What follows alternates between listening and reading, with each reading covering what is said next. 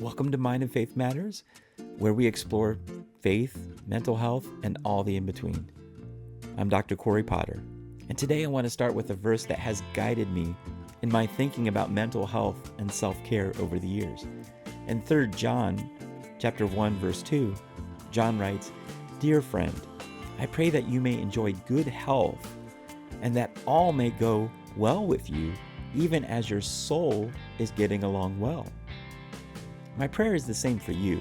I truly want each of you listening every week to experience good health in your body, your mind, and your spirit. Caring for our mental and emotional well-being is part of that. And when we understand how God designed our brains, it can give us a clearer path for healthy living. Things like how we fuel, rest, challenge, and connect our minds plays a huge role in how we think, feel, and live each day. The brain is truly remarkable.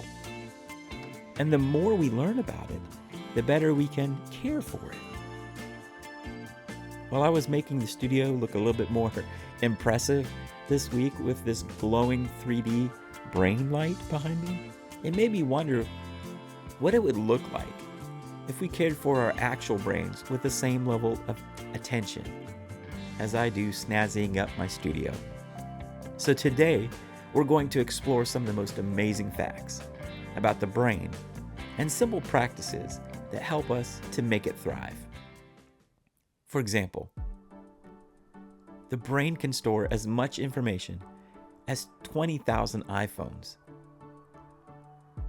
Information in the brain can travel at speeds up to 268 miles per hour. Now, I've been to NASCAR, and they don't go that fast. So we all are fast thinkers when we think about how fast information is flowing throughout our brains.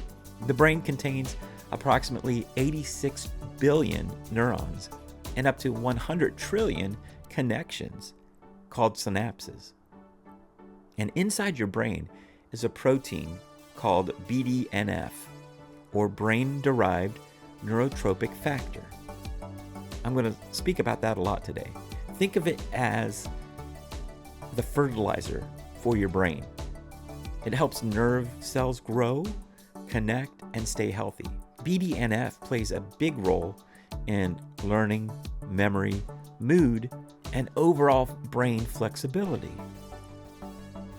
Here's how it goes. Higher levels of BDNF make the brain more adaptable and resilient, while lower levels make thinking, focus, and emotional balance more difficult. The good news is that everyday habits can boost BDNF, which we'll cover today. The first thing to know about your brain is that it is very energy hungry. Even though it's only about 2% of your body weight, which is about 3 pounds, it uses around 20% of your body's caloric needs each day.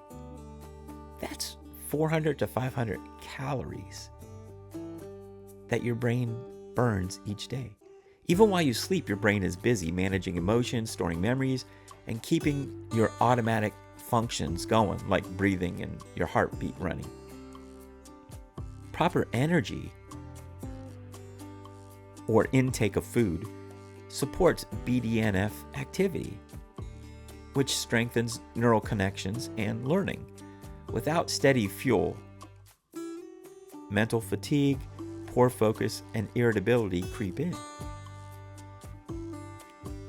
I'm not talking about diabetics that get low blood sugar and get cranky here. We all get hangry sometimes, and that has exactly the same mechanism. Your brain is running low on fuel.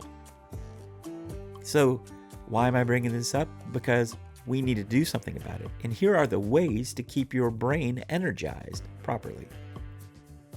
Eat complex carbohydrates like whole grains, fruits, vegetables, and foods like peas and legumes and beans. Technically, peas and beans are legumes, but whatever. But we want the steady glucose feeding our brain. I tend to go for quick refined sugars like donuts instead of complex carbs.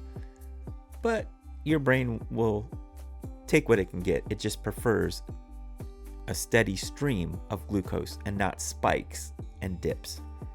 Next, I want you to think of the omega-3s that you can get. These are fats that you can get from fish and walnuts and flax and other seeds to support our neurons. You need to get enough protein to build neurotransmitters.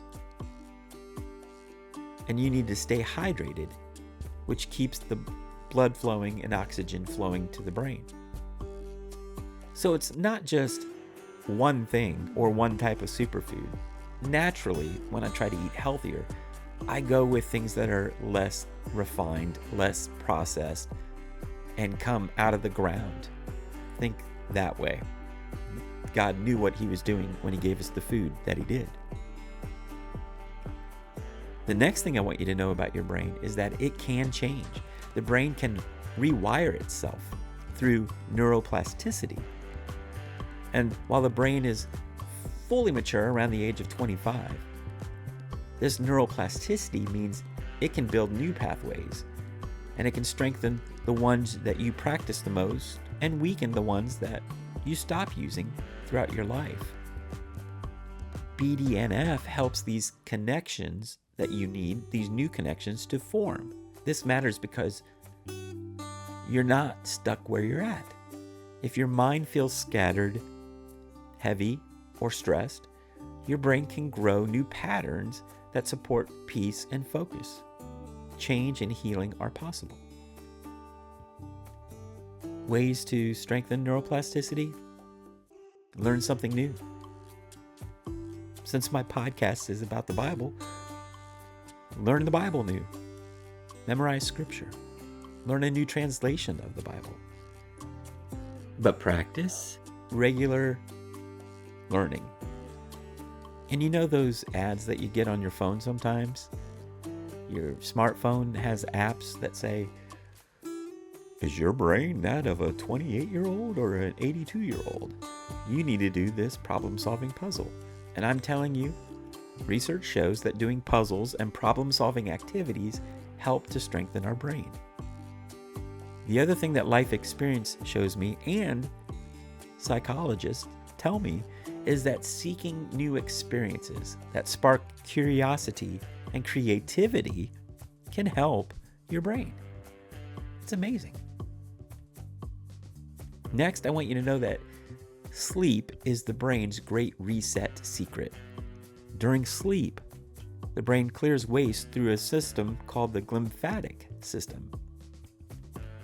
Sleep is also when your brain consolidates memories, restores connections, and resets emotional circuits. Deep sleep strengthens memory. REM, or rapid eye movement sleep, fuels creativity. But sleep does boost your BDNF. If you think about it, most adults need 7 to 9 hours of sleep each night. And a consistent schedule matters. Going to bed and waking up at predictable time, it keeps your internal clock aligned, basically. It balances your hormones and it stabilizes your emotions. But irregular sleep patterns make it harder for that brain to enter into deep sleep, or REM sleep, which affects your memory, mood, and mental clarity. And it's really during that REM sleep that brain itself, the maintenance crew in there, kicks in. So here are my tips for getting better sleep and treating your brain well. Keep a regular schedule as much as possible. And the research is right. Reducing screen times before bed helps. Experts also say you want to create a dark and quiet environment, and some say cool environment, or at least where you're not overly heated. The other thing that might be different for every person, but developing calming routines like reading before bed, stretching, or mindfulness can really help. And mindfulness is this idea where you are becoming aware without judgment of your thoughts, your feelings, and your bodily sensations. You're just tuning into how your body's feeling. You're mindful of what you're thinking and the emotions you're experiencing. You're not judging them, you're just mindful of it. And that helps us to slow down and eventually relax and get into better sleep. The fourth amazing thing I want you to know is that your emotions are connected to your body. Think about it. A racing heart signals anxiety. A heavy chest signals sadness.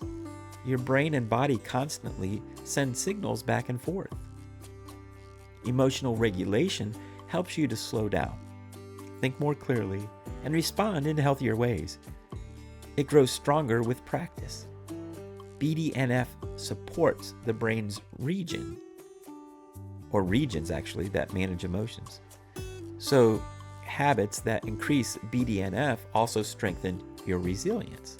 Number 4, we need to stay physically active. Now, it might not mean lifting weights all the time, but walking or any variation of that, moving, stretching, doing small workouts. Movement steadies your emotions because it boosts BDNF and other neurotransmitters. And the last thing I want to talk about today is that our brain is wired for connection. Humans need relationships. Being alone for long periods activates stress systems, much like physical pain. And positive social interaction can boost neurotransmitters like oxytocin, dopamine, and serotonin, which support mood, motivation, and resilience. And it also, like I say, raises BDNF. I'm not dogging your digital connections or your distance relationships, your long distance relationships. Digital connection helps us to stay in touch with people, but face-to-face interaction has the strongest effect on brain chemicals that support well-being. So here are some, to me, obvious, but to some they might not be obvious, ways to treat your brain well and nurture connections. And the key word here is invest. You want to invest in meaningful relationships with friends, family, and community. I realize that not all my listeners are extroverts. Many are introverts, but there are other ways to have connection. You can join shared activities without being the center of it, or group interests without being the keynote speaker. You can practice empathy with other people and active listening. But as always, I'm going to warn you, you want to seek support when you need support and challenges arise in your life. Be socially connected. It helps your brain.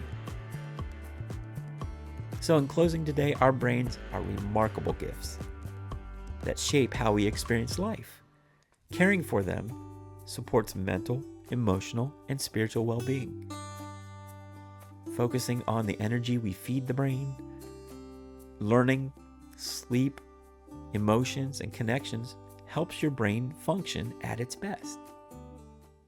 I want to thank you for listening to Mind and Faith Matters.